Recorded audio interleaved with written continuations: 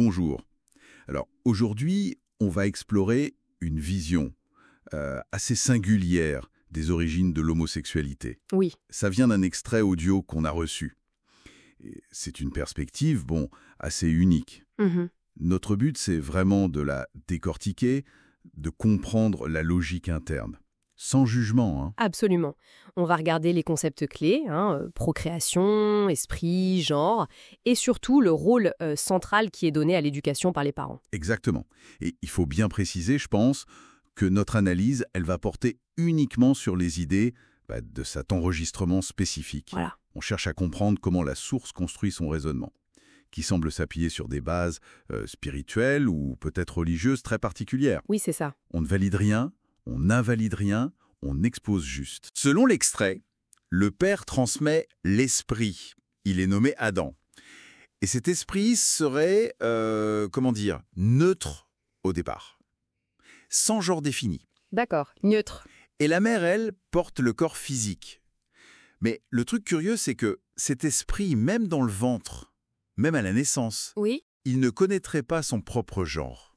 Ça interpelle un peu, non? Ah oui, carrément. Et ça pose tout de suite la question, selon la source, de savoir comment cet esprit, au départ neutre, comment il s'aligne avec le corps. Et c'est là que l'éducation des parents devient absolument cruciale dans cette vision des choses. Surtout dans les premières années.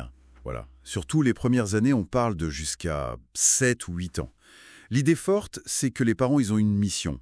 Aider Adam, l'esprit, Mhm. à épouser le genre biologique de l'enfant. L'éducation, c'est vu comme un processus d'harmonisation entre l'esprit et le corps. C'est clé. D'accord. Donc si je suis bien la logique de la source, cette harmonisation, c'est un peu comme un processus presque mécanique Oui, on pourrait dire ça. qui dépendrait vraiment beaucoup des parents pendant cette fenêtre de temps assez critique. C'est tout à fait ça, oui. D'accord. La source insiste là-dessus. Si l'harmonisation réussit, l'identité de genre de l'enfant va correspondre à son sexe biologique. Ok. Mais si elle échoue, et là la source dit que c'est lié à l'éducation parentale, Mhm. eh bien ça peut mener à ce que la source appelle un accident de parcours identitaire. Un accident de parcours identitaire. Et cet accident, c'est comme ça que la source explique, une certaine forme d'homosexualité. C'est ça.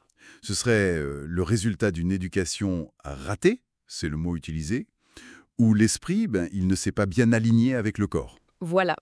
Et la responsabilité, elle est clairement mise sur les parents ou la chaîne éducative en général, pas sur l'enfant au départ. Exactement. C'est la chaîne éducative qui est pointée du doigt. Et cette confusion du genre, comme ils disent, elle se fixerait vers 7-8 ans. Oui, autour de cet âge-là.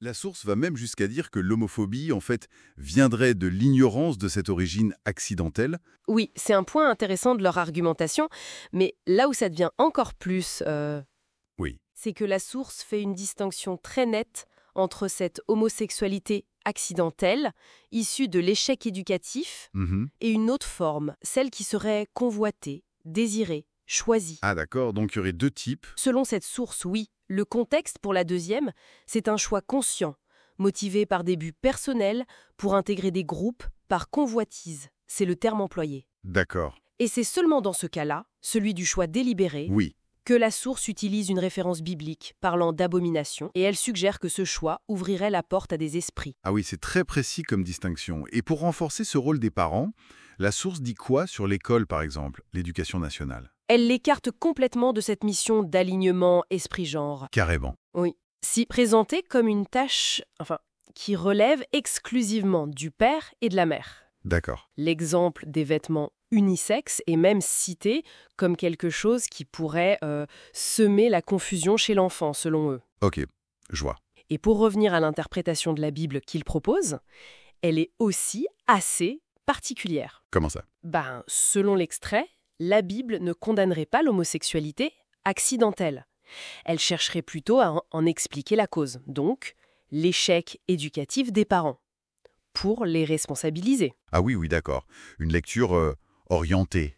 Très orienté, oui. Il est même dit que Jésus pourrait rectifier ses échecs parentaux pour ceux qui se repentent. Un miracle en quelque sorte. Hmm.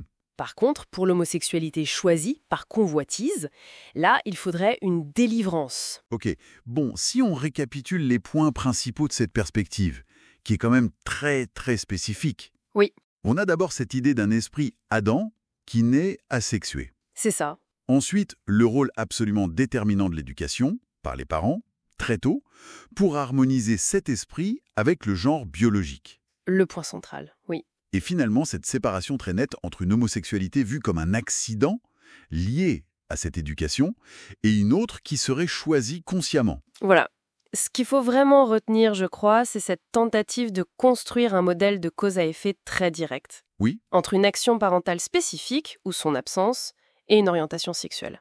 Et tout ça, c'est ancré dans une vision spirituelle particulière, avec Adam, l'esprit.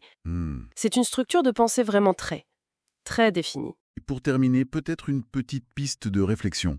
Cette source, elle met une responsabilité immense, presque écrasante, sur les parents, Ah oui, pour façonner l'identité de genre dans les toutes premières années. Et ça amène à se demander comment d'autres cultures, d'autres systèmes de pensée voient ce développement de l'identité chez l'enfant. oui, et quelle place ils accordent aux influences qui vont au-delà du cercle familial proche, justement. Exactement. Ça ouvre des questions intéressantes. Say then, and you're going